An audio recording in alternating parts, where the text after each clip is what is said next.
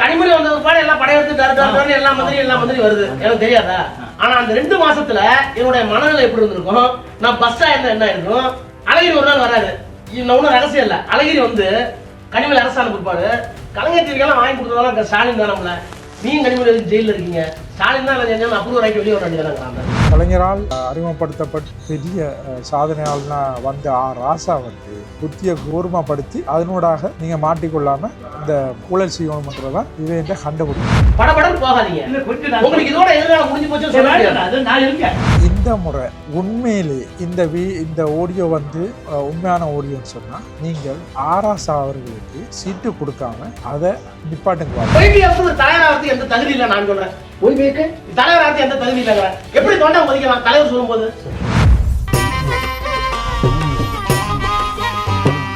என்னடா தம்பி கதைக்கிறானுங்க சந்தி வெளியில, எப்படி அண்டா நேத்திய அடி கதிர வெளியில, சந்தி வெளியில. வணக்கம் நண்பர்களே, இன்னைக்கு எதை பற்றி பார்க்க போகிறோம்னு சொன்னால் நம்ம அண்ணன் ராசா அவருடைய அந்த ரெக்கார்ட், அந்த லீக்கான அந்த ஆடியோ ரெக்கார்டை பற்றி தான் நாங்கள் பார்க்க போகிறோம்.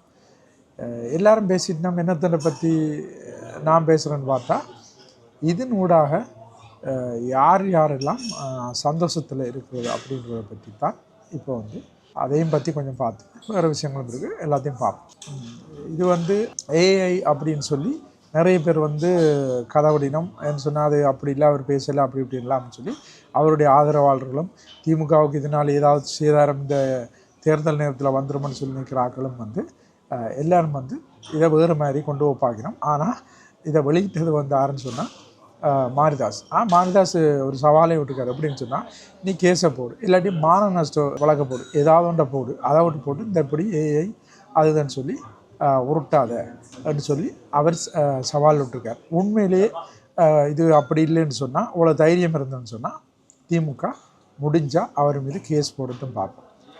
கேஸ் போட்டுனோம்னு சொன்னால் அது உண்மையிலே உண்மையான வீடியோ இல்லை. இது இப்போ வந்து இந்த நவீன தொழில்நுட்ப ஊடாக உருவாக்கப்பட்ட ஒரு ஆடியோன்னு சொல்லி நாம் நம்பலாம்.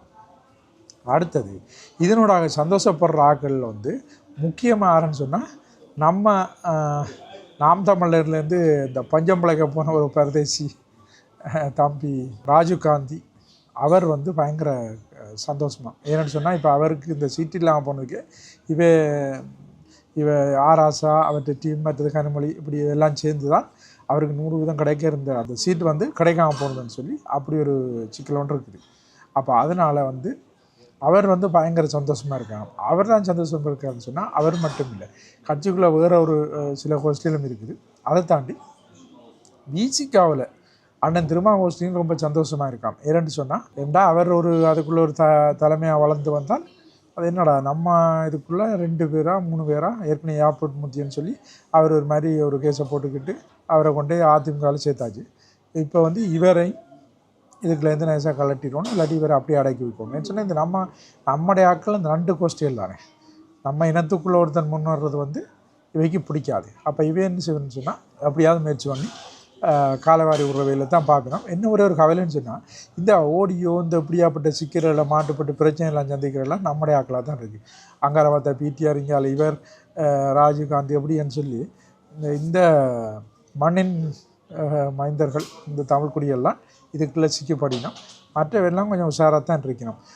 அதை விட இன்னொரு காமெடின்னு சொன்னால் பாருங்கள், இந்த சமூக நீதி, அதாவது வந்து கலைஞரால் அறிமுகப்படுத்தப்பட்டு வழக்கெடுத்தப்பட்டு அமைச்சர் வரைக்குமாகி 2G ஊழலில் மாற்ற அளவுக்கு பெரிய சாதனையால்னா வந்த ராசா வந்து ஒரு கண்டுபிடிப்பை வந்து அவர்கிட்ட ஆடியோவில் கட்டு கொண்டு கேட்க எனக்கு சிரிப்பாக இருந்துச்சுன்னா, அவர் ஒரு இடத்துல ஒரு உதாரணம் ஒன்று சொல்கிறார், உவமை ஒன்று சொல்கிறார். என்னென்னு சொன்னால், இந்த பிராமணரை பாருங்கப்பா, இந்த பிராமணர்கள் வந்து நம்மளான்னு சொன்னால் என்ன டப்புன்னு கத்தி எடுப்பான், அவன் பிராமணனை பார்த்தீங்களா அவன் புத்தி எடுப்பான். இந்த மாதிரி நேரங்களில் அவன் புத்தியால் தான் செயல்படுவான் அப்படின்னு சொல்லி இந்த சமூக நீதி எங்கே போய் ஆராய்ச்சியில் என்ன கண்டுபிடிச்சிக்கிட்டு பார்த்தீங்கன்னு சொன்னால், இப்படியாப்பட்ட விஷயங்களுக்கு, அதாவது வந்து இந்த ஊழல் செய்கிறது, இந்த சுத்தமாத்து செய்கிறது, இப்படியாப்பட்ட விஷயங்களுக்கு நீங்கள் வந்து கொஞ்சம் பொறுமையாக இருந்து உங்கள் புத்தியை கூர்மப்படுத்தி அதனூடாக நீங்கள் மாட்டிக்கொள்ளாமல் ஊழல் செய்யணுமன்றது தான் இவன் கண்டுபிடிக்கும்.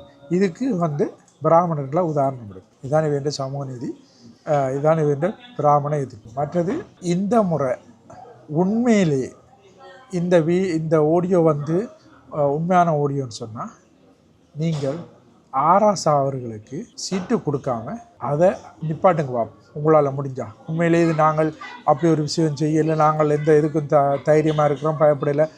அவர் ஸ்டாலினை பற்றி வைகோ பேசினவர் ஓகே, ஆனால் வைகோ பேசினதை விட அந்த கட்சிக்குள்ளே இருந்தோண்டு உண்மையிலே ஆராசா அன்னைக்கு ஒரு தில்லு தான். ஸ்டாலினுக்கு என்ன தெரியும்? ஸ்டாலின் போய் இங்கிலீஷில் எல்லாம் பேசுகிறாரா? அவர் தமிழ்லேயே பேச மாட்டார், இப்போ தமிழ்லேயே பேச முடியாதுன்றது அது தெரிஞ்ச விஷயம்தான். தெலுங்கு பழமொழியெல்லாம் சூப்பராக சொல்லுவார், ஆனால் தமிழில் கூட அவருக்கு பேச முடியாது. இதில் இங்கிலீஷில் அவர் பேசுகிறது அதான் நாங்கள் கேட்டோமே.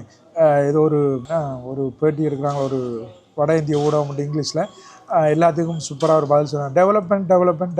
அவர்கிட்ட இங்கிலீஷ் எங்களுக்கு தெரியும், ஓகே, அதை விட்டுருவோம். ஆனாலும் இவரை எல்லாம் உலகத்துக்கு இழிவாகவும் இதாகவும் கதைச்சிருக்கிறார் ராசா அவர்கள்.